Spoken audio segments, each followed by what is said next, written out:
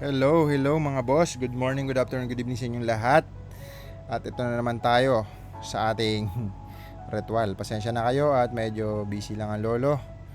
Busy lang ang lolo nyo kaya yun. Medyo bumagsak no. Bumagsak yung ano no. Bumagsak na naman, grabe. Halos 1 million ang nawala. Okay, so kaya umabot ng 122 yan kasi ilang araw tayong hindi. So i-divide mo yung 122 divided by mga 40 na tayo per day. So 3 days tayong hindi naka-record. Okay, claim na natin to guys, mabilisan lang. At ayun na nga guys, so syempre hindi lahat ng pagkakataon sa ating buhay ay sumasang-ayon ng mga bagay-bagay. Alam nyo na yon. Dating talaga sa buhay mo may mga bagay na hindi mo nagugustuhan. May mga bagay na darating sa buhay mo na hindi mo gusto, di ba? Pero syempre, ang ano lang dyan keep moving forward. So, kagaya dito sa channel natin, may mga tao na, alam mo yun, wala silang, nabully siguro ng high school yung mga yun, no? Nabully or nabully. Bully din sa mga comment eh. Yung iba dinidelete ko na kasi sayang energy guys. Yung sasabihin na sana mahak ka na, sana ganto ganyan. Alam mo yun, ay, mga crab mentality ng mga Pilipino. Ano kaya makukuha niya doon, no? Ano kaya, ba't may mga ganun tao, no? Yung tipong galit na galit sa mga kapwa Pilipinong umaasenso. So, ignore lang katapat niyan guys. Hindi lang naman sa atin yan, nangyayari din yan sa ibang tao. Nangyayari din yan sa ibang bagay. Siguro stress lang si kuya or si ma'am nakapag-comment ng ganun. Kumbaga, buhay niya naman yan. Bahala siya sa buhay niya. Ano naman yan kung ano naman yung ang ugali kasi ng tao guys, depende sa mga tao na kasalamuha mo. Siguro nung bata siya, nabully siya, yung mga kasama niya, nanggugulang ng kapwa, naiinis pag may umaasenso, naiinis pag may mga top na ano sa school, mga ganun. Grabeng kantsawan, grabeng asaran, kompetensya ng mga iba-iba dahilan. Pero syempre, unawain na lang natin siya guys. Hindi naman tayo para magsayang lang ng energy sa kanya. By the way, again, disclaimer lang po, ang mga nakikita nyo dito ay huwag nyo pong gagayahin ha. Kasi ito po ay for educational purposes lang. Hindi ko po ito pinagmamayabang sa inyo para i-flex lang sa inyo. Kumbaga bahala kayo, kung mayabangan kayo, nasa sa inyo naman yan. At kumbaga kita nyo naman sa channel natin, wala naman tayong benefits dito. So kumbaga ang mga tao lang ay makultura natin na ma-inform lang natin na makaiwas sa mga scam, makaiwas sa mga mapaanong industriya man yan, mapa-networking, crypto or forex, mapaiwas kayo sa ganun guys. And then nagbibigay tayo ng mga experience advice natin na para sa ating mga kapwa Pilipino na matulungan din natin sila na kumbaga hindi tumuloy sa mga ganong investment, sa mga sayang kasi pera guys pera nyo yan, pinaghirapan nyo yan. By the way, check lang natin yung merkado guys, no? So, kung titingnan natin ang merkado, saan ba tayo? Ito, nasa 152 trillion ang kabuuan ng market cap ng crypto. Kumbaga ito yung halaga ng industriya ng crypto. So, kung mapapansin nyo guys, dahil tumaas ang gold talaga ng bongga, grabe.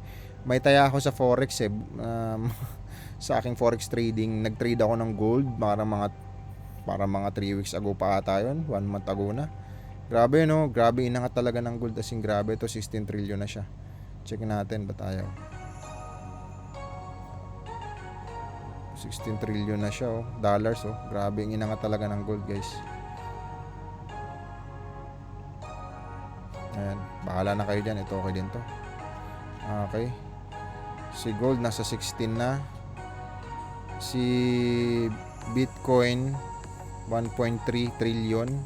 Naungusan niya na si guys si Facebook naungusan niya na si Facebook. So ngayon magbi-Bitcoin halving pa lang what if after Bitcoin halving after a year baka nandito na yan. So bakit umaangat ito mga to? Ito maraming expectation na ang dami daw hinold ng China at dahil sa gera syempre yung ibang country ginagawa kasi nilang reserve yan parang dyan kasi yan ang nagdi-dictate ng value ng isang country, parang ganun. And then ito si Microsoft, syempre lahat naman ngayon na ginagamit ng mga, lalo na sa mga opisina, ng mga desktop, karamihan Microsoft OS ang ginagamit. Then yung Apple syempre, Yung Apple nag number 2 ito, ngayon nangungusa na siya, no?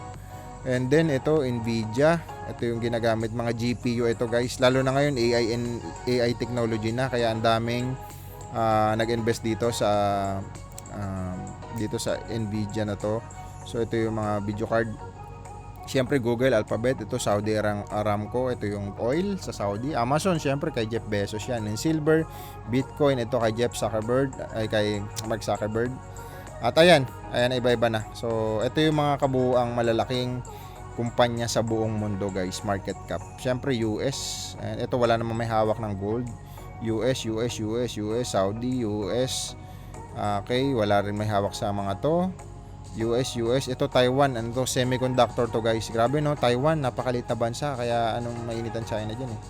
Tapos US lahat, Denmark, ito, hindi ko alam kung ano to, Nordisk na yan. Pag hindi natin alam syempre. Ayan, Tesla, ito kay, syempre, kay idol natin yan, si Elon Musk. Okay, yan. Tapos ito atay sa Louis Vuitton. Ito, Louis Vuitton, South Korea, syempre Samsung. Ayan.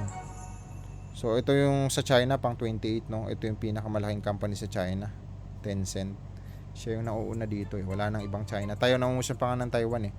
Siyempre ito by capital naman yan, by market cap naman yan. So ayun. At least nabigyan ko idea sa yung company's market cap. And then guys, medyo tayo, basta tayo ng mga comments siguro. So tapos naman na tayo sa ating ritual. Okay, so alright. And basa na tayo ng comment. Shoutout muna sa ating subscriber. Nasa 657,000 pesos. Okay. Sabi ni Serbier Estelo, san ka na Lods? May play to airdrop na si Wild West. Okay, Wild Forest. Ito ata yung inano ni Sir kanina. Dagdag kita.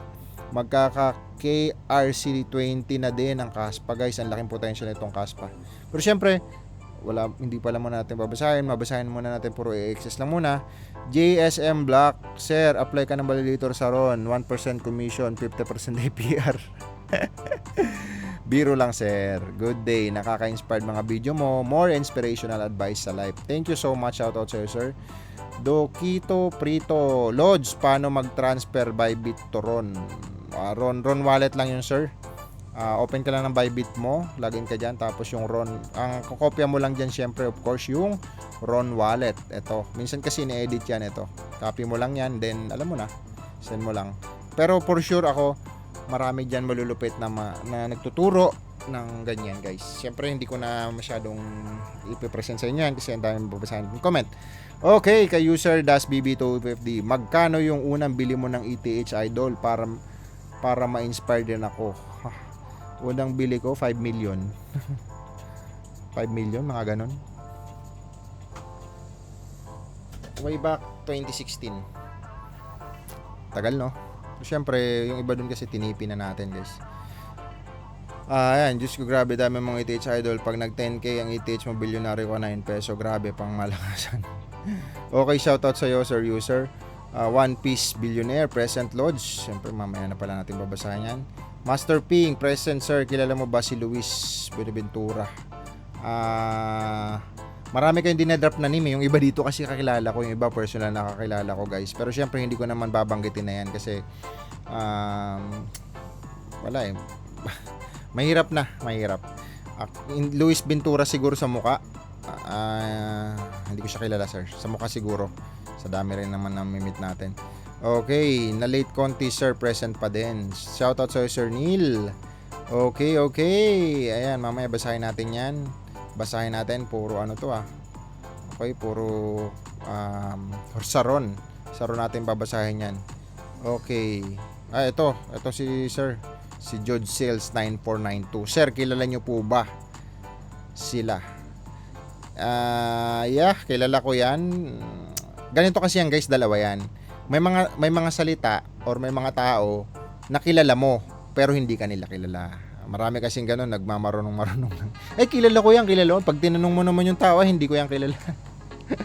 'Di ba?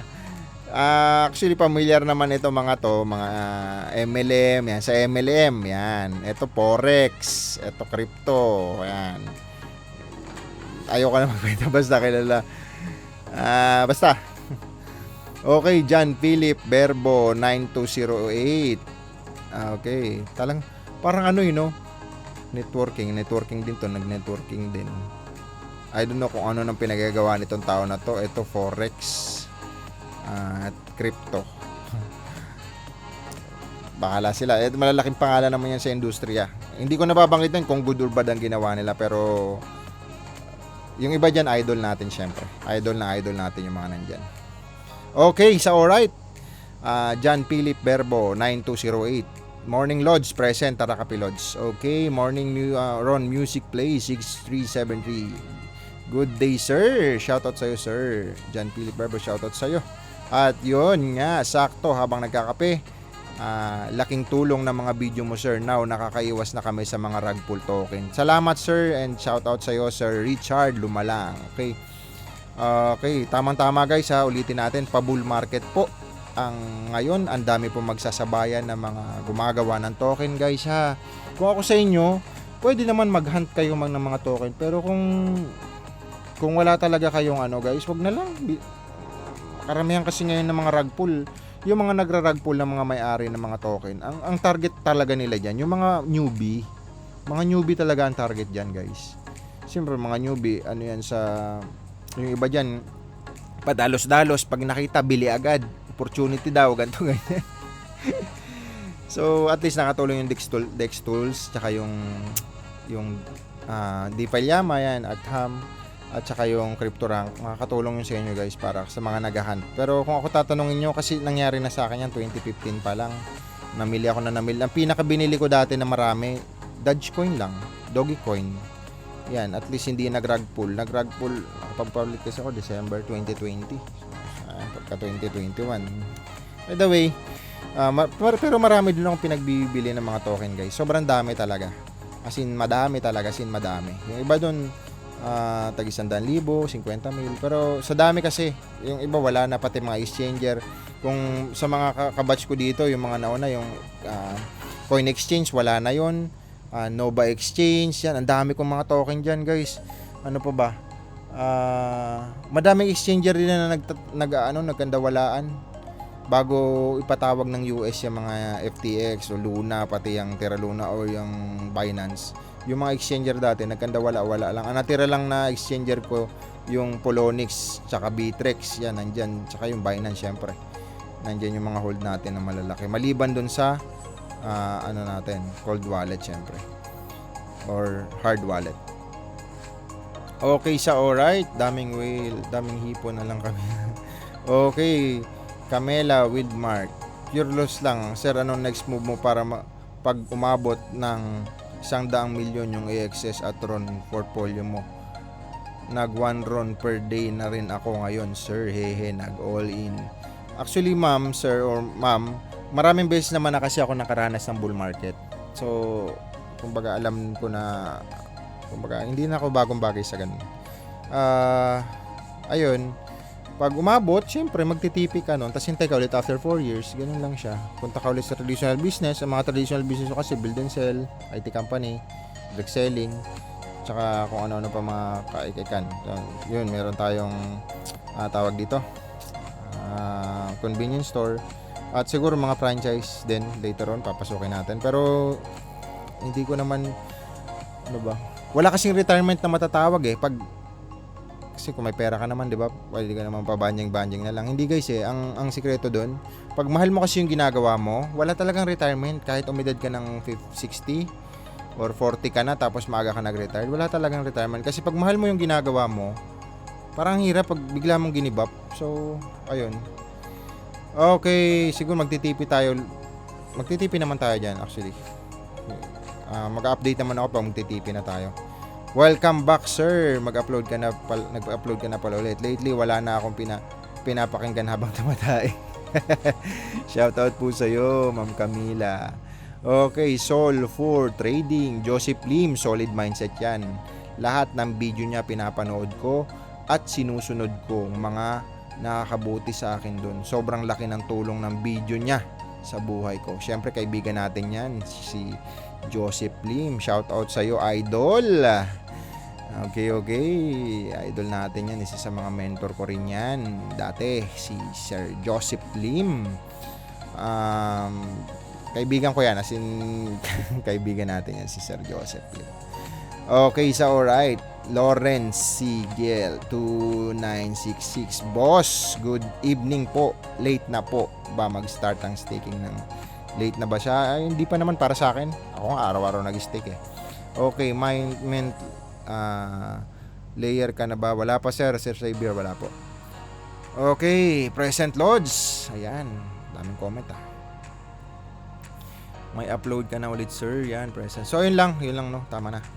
Okay, yun lang mga comment natin guys. Again guys, sa mga gusto mong pumasok sa mga gantong sa gantong industriya guys, sa crypto, volatile po dito ha. Volatile ang crypto, mag-iingat kayo sa crypto. At syempre pinaghirapan nyo yung pera na yun. Lalo na yung trading ng crypto, yung futures trading. Sobrang volatile yan guys. Pwede dyan masunog yung pera mo. So, ayun lang. Kaya mag-ingat kayo, pera nyo yan. Hindi ko naman kayo kinukumbins na sumali sa mga link ko o kung ano man. Wala. Kumbaga wala akong intention na pagkakitaan kayo. Kumbaga paalala lang syempre, pera nyo yan guys. Kahit ano naman business, may risk talaga syempre. Mapa-traditional business man yan, any business. Kung titingnan mo nga umikot ka dyan sa bahay mo, check mo yung mata mo, paligid. O may nakita kang relo, may negosyante sa ilalim niyan guys. May negosyante na bumuo niyan. Aircon, may negosyante dyan. Cellphone, lahat may mga negosyo yan. Lahat naman yan may risk. Lahat naman yan may failure. Lahat naman yan nangyari sa kanila nag-start sa umpisa. Kumbaga, sa'yo din, pag magbi-business ka, make it sure, aralin mo muna. Huwag kang padalos-dalos. Aralin mo muna. Aralin, and then execute. Aral, execute. Pero syempre, mag-start ka sa maliit na kapital. Kasi, kung mag-failure ka man nung mga panahon na yun na nagbi-business ka, hindi gano'ng kasakit. Kasi maliit lang Saka na tumodo pag kabisado mo na yung business na gusto mo. Ulitin natin, ang goal mo sa negosyo, ilista mo yung goal mo. Dapat yung ginagawa mo, connected doon sa goal mo. Okay, so alright? Okay. At update muna tayo sa CryptoRank kung ano bang balita dito. Kasi ngayon lang ako nakapag-online ulit. Okay, so alright. Ayan. So make it sure lang guys lahat ng binubuksan nyo kasi syempre may IT company tayo. Kumbaga ano tayo sa mga cyber security. Mag-ingat po kayo sa mga chine-check nyo na mga link. Kadalasan yung mga phishing site, lalo na pagputok ang isang website, ang iba ginagawang sponsor ads. Iibahin lang nila yung spelling. Kung nag-type ka ng Google, tinype mo dun yung company na hinahanap mo, mali yung spelling, na-click mo agad yung sa search engine kung anong mga lumalabas. So, pag-click mo nung umpisa na yon, hindi mo alam, mali pala spelling, phishing site na yon. So, ingat kayo sa ganun guys ang daming lumalabas na ganun. Yung kaibigan ko, na ano doon, no? Kahit kaibigan natin siya, pero syempre, hindi naman kasi siya, Pero, basta ingat kayo sa ganun, make sure lang na dino-double check nyo yung link. Okay? Yung iba, iniiba lang yung dulo, .com, .io, .co, walang M. So, isa doon kasi sa domain yun.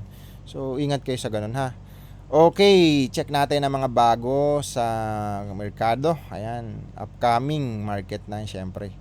So, ito yung mga upcoming, makikita nyo naman dyan. Kung mag-megos kayo ng mga bagong token guys, make sure lang na merong mga investor yung bibili nyo. At least sureball yan. Tapos ito yung category, ito yung kung kailan lalabas, mabibili nyo yan dito sa mga launchpad na yan. Again, pag nag-participate ka dito sa launchpad na to, kanya-kanyang patakaran yan guys. May mga tier 1, tier 2, bibili ka pa ng token nila bago ka makasali. Tsaka may limit lang pag bumili ka dyan. Hindi lahat ng supply mabibili mo. Lamang pa rin pag nasa exchanger na, pwede nang nasa public sale na, pwede na mamili. Pero dito, minsan sumasali ako dyan pero hindi na ngayon kasi sayang oras ko dyan. Pero at least, makikita mo, malilista mo yan, ma-add mo sa portfolio mo, yung mga futuristic na token na may mga investor sa ilalim. Ito kunyari, lumabas ito si NLK. So tandaan mo na, blockchain service yan, to be announced pa. Ito, ang dami nilang investor or fund na nag-invest sa kanila, mga fund manager. Okay, ayan, mga upcoming, ito yung active. Ito yung active ngayon. Ayan, active. Ito maganda rin tong launchpad na to Ayan, makikita mo dyan. Ito, 11. Ito, okay to. Ang dami nag-invest Ano ba to? So makikita mo yung naka-private pa lang siya. Ayan, tapos ito yung mga fast ng mga nakaraan. Ayan, mga nakaraang mga token. Ito naka-sponsor ads to. Okay, yan. BRC 20 times. I don't know. So ayan.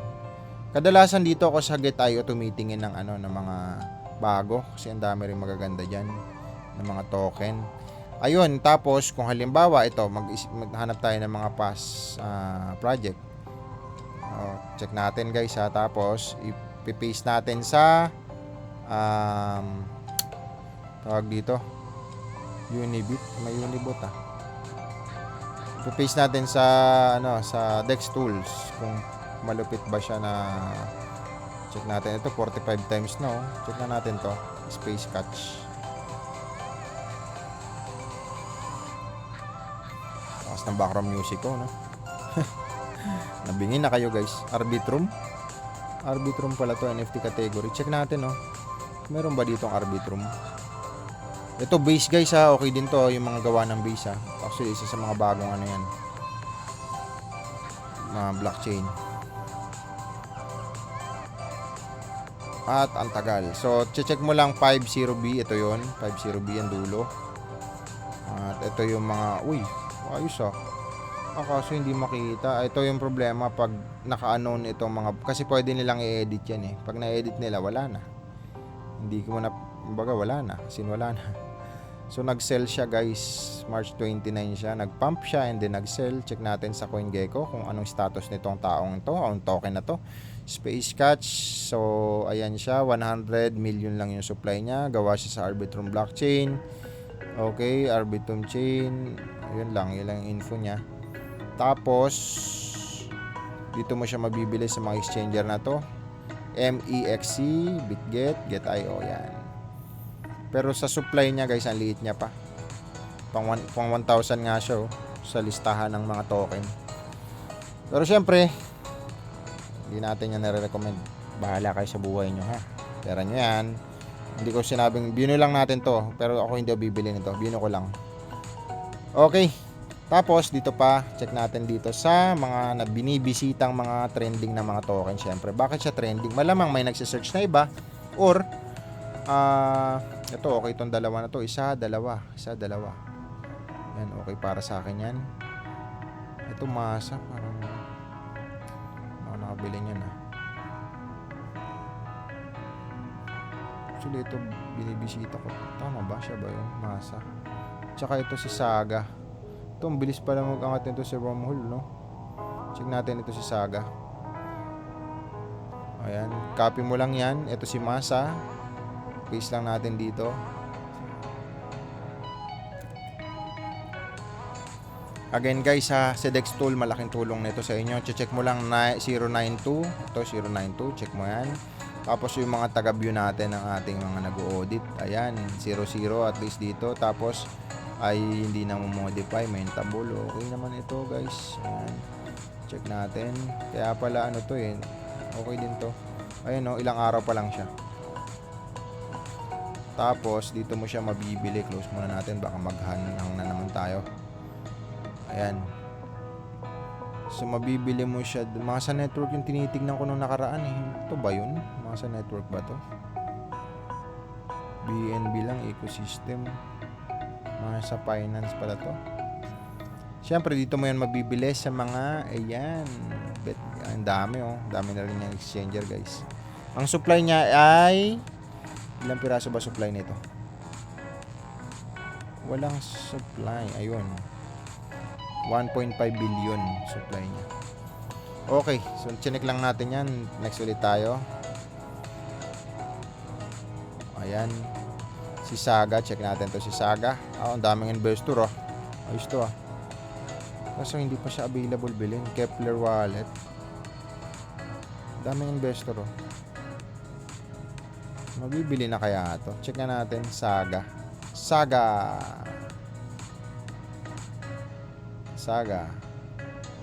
Check natin Saga. Sa gigilid. Walay. Dito natin check. Saga.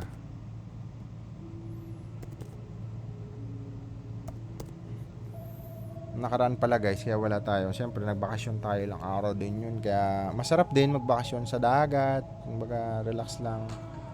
Wala. Relax lang ang buhay-buhay guys. Walang signal ba? Walang signal. Maganda rin yung mga ganun, walang signal.